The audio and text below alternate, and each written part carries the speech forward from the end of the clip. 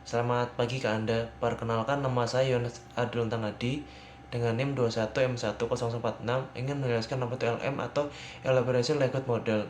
Elaboration Language Model adalah kemampuan seseorang dalam berpikir kritis tergantung dari seberapa besar ketertarikan kepada hal yang ingin dibicarakan atau didiskusikan, serta menjelaskan bahwa sikap dapat dibentuk secara lebih permanen atau temporer tergantung pada alur pengolahan pesan.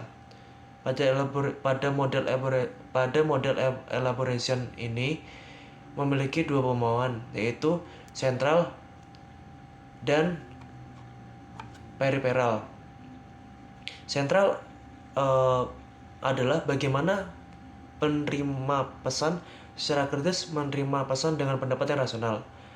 Pada orang yang memiliki motivation, opportunity, dan ability untuk memproses pesan, maka mereka akan lebih kritis dalam memahami informasi atau pesan persuasif. Pemahaman sentral ini didorong oleh logika dan menggunakan data dan fakta untuk meyakinkan orang-orang tentang kelayakan argumen dan menghasilkan sikap yang cenderung permanen atau long endurance. Contoh dari pemahaman sentral ini adalah saat seseorang hendak memulai investasi di bank akan menawarkan berbagai produk investasi yang menarik dengan keuntungan yang berbeda dan disesuaikan dengan kebutuhan finansial dari setiap nasabah yang ingin menggunakan investasi tersebut. Jika calon nasabah merupakan nasabah yang aktif, ia akan benar-benar mempertimbangkan suatu produk investasi, apakah produk tersebut sesuai dengan keadaan finansialnya, sesuai dengan tenor yang ditawarkan, dan sesuai dengan kemampuan dia dalam membayar investasi tersebut. Maka dari itu, metode pemasaran yang dilakukan oleh bank pada pemahaman sentral adalah lebih straight to the point atau langsung kepada intinya pada hal yang ingin disampaikan kepada nasabah. Sehingga dengan begitu, calon nasabah dapat membentuk argumen yang kokoh dan menerima pesan persuasif yang ditunjukkan kepadanya. Yang selanjutnya adalah periferal.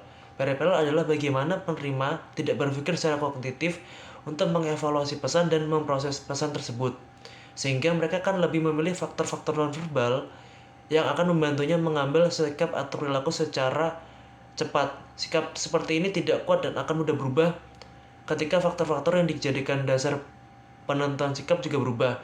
Contoh faktor-faktor tersebut adalah reciprocation, yang kedua konsistensi, yang ketiga social proof, yang keempat liking, yang kelima authority, dan yang keenam scarcity. Contoh dari teori periferal adalah saat seorang nasabah milenial atau anak muda ingin menggunakan atau memulai investasi.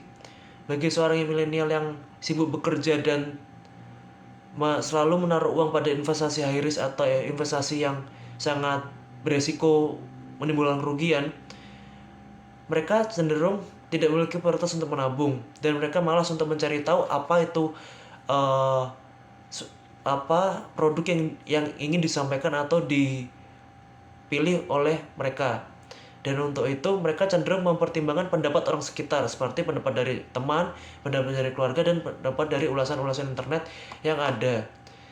Biasanya jika target suatu bank adalah nasabah seperti ini, bank akan menggunakan influencer atau orang yang berpengaruh atau memiliki kemampuan untuk menjelaskan tentang investasi tersebut, sehingga seseorang tersebut atau investor yang dipekerjakan oleh bank tersebut dapat mempengaruhi pengambilan keputusan secara cepat. Sebenarnya ada dua jenis elaborasi menurut Petty dan Kakiopo: elaborasi yang relatif objektif dan elaborasi yang bersifat bias. Ketika seorang termotivasi dan memiliki kemampuan untuk memproses pesan dengan cara yang relatif objektif, mereka mencoba untuk mencari kebenaran atau dari situasi tersebut. Mereka juga memiliki pengetahuan dan kesempatan yang diperlukan untuk mempertimbangkan argumen secara tidak memihak. Sebaliknya, pemrosesan yang relatif bias ini memiliki faktor yang mendorong atau menghambat dan memunculkan pikiran-pikiran yang menyenangkan atau tidak menyenangkan. Ini membuatnya lebih mungkin bahwa seseorang akan berpihak pada satu sisi di atas sisi yang lain.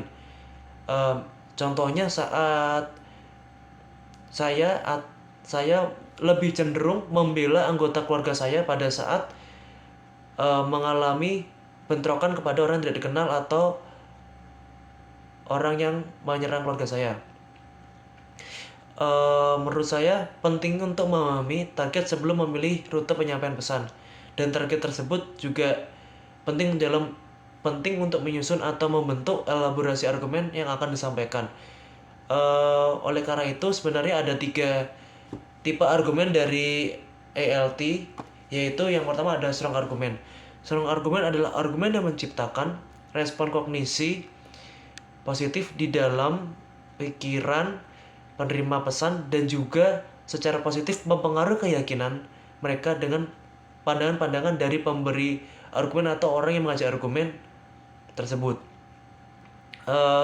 Sebenarnya dalam strong argument ini orang akan lebih cenderung mendapatkan penolakan yang lemah dan kebanyakan mengubah perilaku jangka panjang menuju perilaku yang dapat diprediksi oleh orang yang memberikan informasi atau orang yang memberikan argumen. Yang kedua adalah argumen yang netral. Argumen yang netral adalah argumen yang menghasilkan respon kognisi yang tidak berkomitmen atau tidak berpihak dalam menerima pesan, sehingga tidak ada perubahan perilaku secara drastis yang terjadi dan akibatnya menerima pesan mungkin menjadi beralih ke jalan pintas atau mencari penyelesaian secepat mungkin. Yang kedua adalah weak argument. Weak argument adalah argumen yang menghasilkan respon kognisi negatif terhadap suatu pesan persuasif. Respon negatif ini akan tidak hanya mencegah perubahan perilaku, tetapi mungkin menimbulkan efek bumerang kepada orang yang memberikan informasi terhadap argumen tersebut. Demikian hal yang dapat saya sampaikan mengenai ALT. Terima kasih, selamat pagi.